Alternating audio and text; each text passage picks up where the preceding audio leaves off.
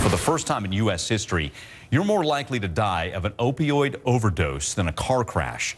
The National Safety Council found the odds of dying from an accidental opioid overdose are 1 in 96, a noticeable uptick from recent years. And the council says the nation's opioid crisis is fueling these grim probabilities, and that crisis is worsening with an influx of the illicit drug fentanyl. Joining me now to discuss these alarming numbers, CNN senior medical correspondent Elizabeth Cohen. First off, your initial reaction when you heard that? My initial reaction is this is a sad moment in our history.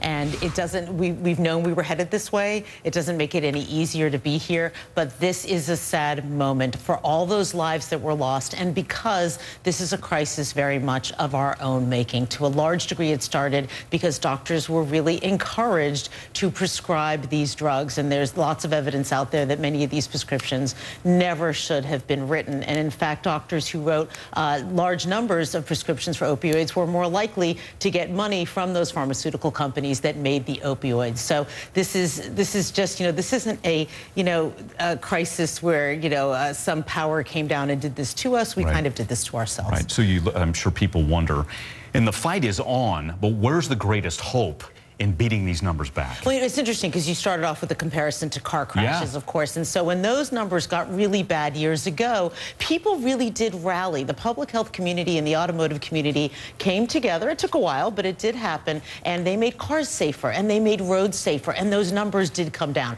So there is a precedent for being able to, to make things work. That hasn't happened here. We are still working on it. We are in the beginning stages of this. Last fall, there was legislation passed that put in more money for more beds for treatment, that put in more money to find medicines that will help pain, but people won't become addicted to. So there are sort of small things that are happening, but we haven't turned a corner, and I think we're quite a ways away from turning a corner. Yeah, well, that's a key headline there. One other, not to make this political, but it's a fact. Did the President institute or say that a wall could help, a border wall could help? He has said that one of the reasons why he wants a border wall is to keep out illicit drugs coming in over the southern border. And, that may help. There's some thought that that might help. But experts we've talked to said, look, a lot of illicit drugs are coming in cars that are legally passing through checkpoints or through, border crossings, through those ports that are completely legal, but they're hidden. So you could build a wall that's 1,000 miles high,